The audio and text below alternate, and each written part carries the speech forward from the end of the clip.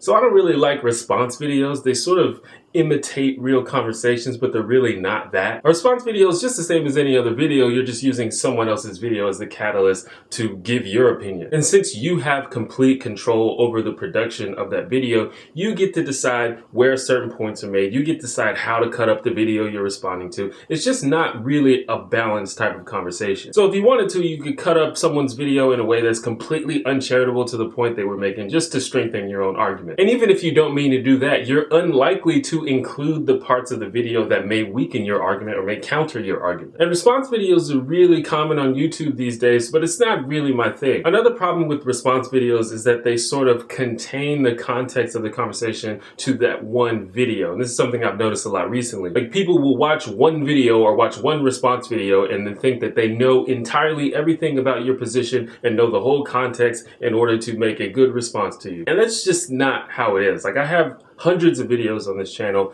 and you will never be able to just fully peg me as a person just by watching one video. And I know a lot of people try to do that, but you shouldn't do that. And I think response videos encourage that. So I don't want you to think of this video as a response video. This is intended to just be a discussion about an idea that was suggested in a video. It's not me trying to call out or even talk directly to the person themselves. It's just a discussion of the idea.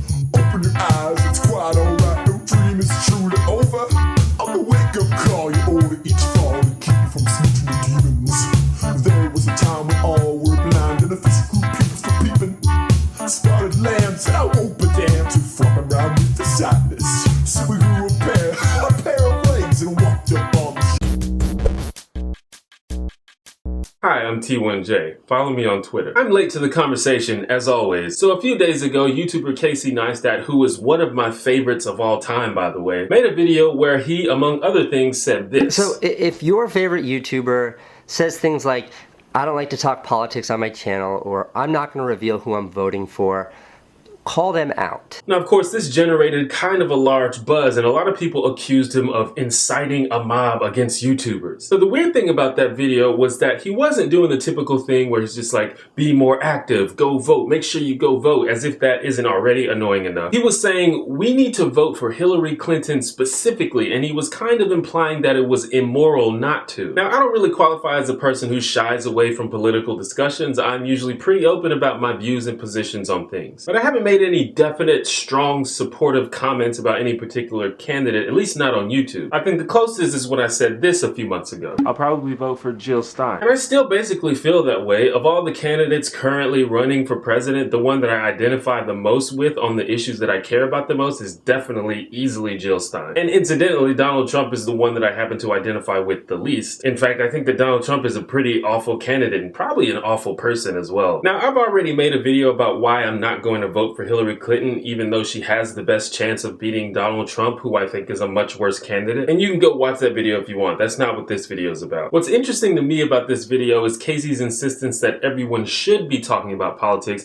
and should reveal who they're going to vote for. And I guess should vote for the person that he likes. I remember when I was growing up, I was always told that the right to keep who you're going to vote for a secret was like a privilege that you should treasure. That's why voting booths are often sectioned off or have curtains. And some people would actually get offended if you tried to get them to tell you who they voted for. But this is like the direct opposite of that. Now, I'm completely in favor of anyone that wants to start a conversation. I'm all about starting conversations, and maybe that's what Casey was trying to do. But that's not really what I got from this video. Like, it really seems like he was saying, go pressure all of your favorite YouTubers to vote for, or at least say that they're voting for Hillary Clinton specifically. And don't get me wrong, if you want to make a pro-Hillary video, that's fine. If you want to call on people who already support Hillary to be more vocal about it, that's also fine. I just think it gets a little bit weird when you effectively sick the internet on people. And a few YouTubers have actually complained about their audience putting pressure on them as a result of Casey's video. Now, it hasn't really happened to me, probably because I've talked about this before, but you know, whatever. So really what the problem is that people think that this election is particularly significant, and in many ways it is. If Hillary wins, she'll be the first female president, which would be the sign of amazing progress in politics. And if Donald Trump wins, it'll be the sign of an incredibly groundbreaking Clinton campaign, given the fact that he's mostly known as a reality star with no prior experience. But Casey and many others think that this election is significant for other reasons. He says that this election is not about policy, but about morals and principles. And this might mean that he thinks it's immoral to not support Hillary Clinton, and I think he actually strongly implies that in the video. And if this guy gets elected,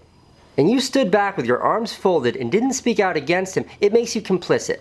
It makes you partially responsible for handing him the reins of power. Now, personally, I don't really understand how any informed and honest person would choose Donald Trump as their candidate, but there's a lot of things I don't understand. I don't understand why Winnie the Pooh doesn't wear pants. I mean, why would you wear a shirt with no pants? That's fucking weird. What I do understand is that it's part of the job description of a politician to be at least a little bit full of shit. And major party politicians, this is Democrats and Republicans, are the cream of the crop when it comes to bullshit. Personally, if you're asking me to vote according to my morals, I've got some pretty big issues with Hillary Clinton. I think for-profit healthcare is deeply immoral, and while Hillary is more progressive on healthcare than some other people, she still wants to uphold the for-profit system, which I think is a problem. I think interventionist foreign policy is immoral. I think our government's unbridled use of drone strikes, even though we know for a fact they result in the deaths of innocent people, is one of the most immoral things our government does. And these are things that Clinton supports. I think using lizard venom to drain someone's life force and then wearing their skin as a disguise is super immoral. I don't have definite proof that Hillary Clinton did that, but like,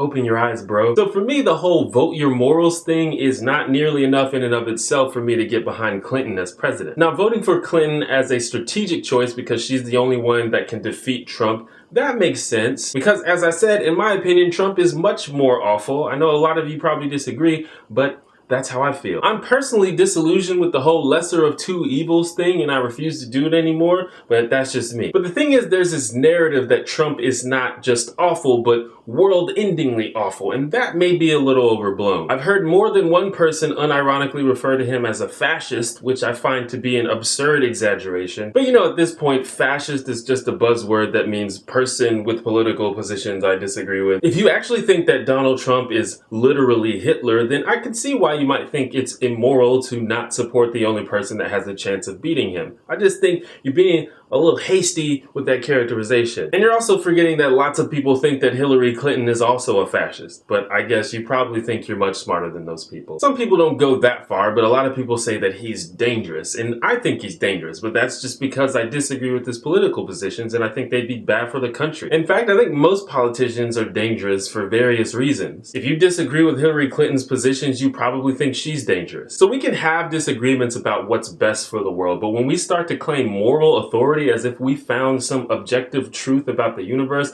that's when I start getting a little uneasy. If you truthfully and honestly believe that Donald Trump is the best candidate available, then you should absolutely 100% vote for Donald Trump. I don't understand you. Maybe you can help me understand you, but I'm not going to try to stop you. You should vote for who you think is the best choice. Now, it's true that in my experience, there seems to be a disproportionate number of people that I would classify as assholes who are also supporters of Trump. And I'm happy to call you out for being an asshole. I'll do that all day, but I'm not going to try and shame you or call you a bad person just because of what candidate you support. That's just me though. Thank you for watching this video. I don't make that many videos about politics or political candidates, but you can click here to watch a playlist of most of the decent videos that I've made about politics. I want to give a shout out to all of the new subscribers. How you doing? And remember, be honest, be assertive, be kind, and be open-minded. If you agree with that, throw me a Heiko in the comments. And subscribe if you like my hair.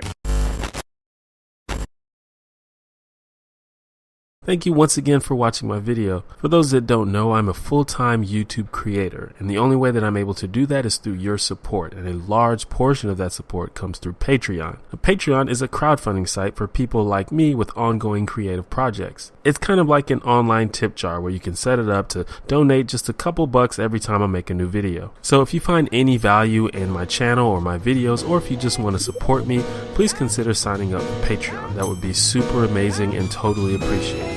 But even if you don't feel like it, or if you can't, that's fine too. I just thank you for watching.